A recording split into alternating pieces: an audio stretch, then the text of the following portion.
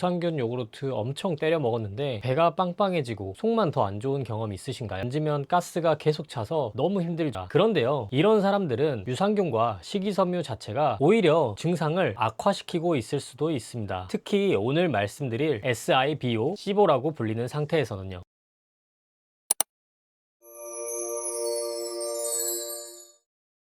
정보가 넘치는 시대에 믿고 참고할 수 있는 기준이 되겠습니다. 안녕하세요, 옆집 약사입니다. 시보라는 게 뭐길래 이런 일이 생길까요? 시보는 Small Intestinal Bacterial Overgrowth, 우리말로는 소장세균 과다 증식증이라고 부르는데요. 쉽게 말하면 원래는 대장에 있어야 할 세균이 소장에 너무 많아진 상태입니다. 소장은 원래 음식을 소화하고 흡수하는 공간이기 때문에 발효가 많이 일어나는 공간이 아닙니다. 그런데 세균이 과하게 늘어나면 소장에서 음식이 과하게 발효되기 시작하는데요. 그러면 세균이 과다 증식하게 되고, 이런 세균들이 발효를 하면서 가스를 생산하게 되면서 소장이 가스로 가득 차게 됩니다. 근데 이런 생각하지 않으신가요? 소장에 가스가 차면 트림이나 방귀가 나와서 빠지면 되는 거 아니야? 그런데요, 생각보다 그렇게 단순하지가 않습니다. 위에서 소화를 하면서 생긴 가스는 트름으로 빠져나갈 수가 있고, 대장에서 발효하면서 생긴 가스들은 방귀로 빠져나갈 수가 있는데요. 이 소장에서 생긴 가스는 위로는 유문, 아래는 똥으로 막혀 있어서 빠져나갈 방법이 없기 때문에 소장에 가스가 차기 시작하면 더부룩한데도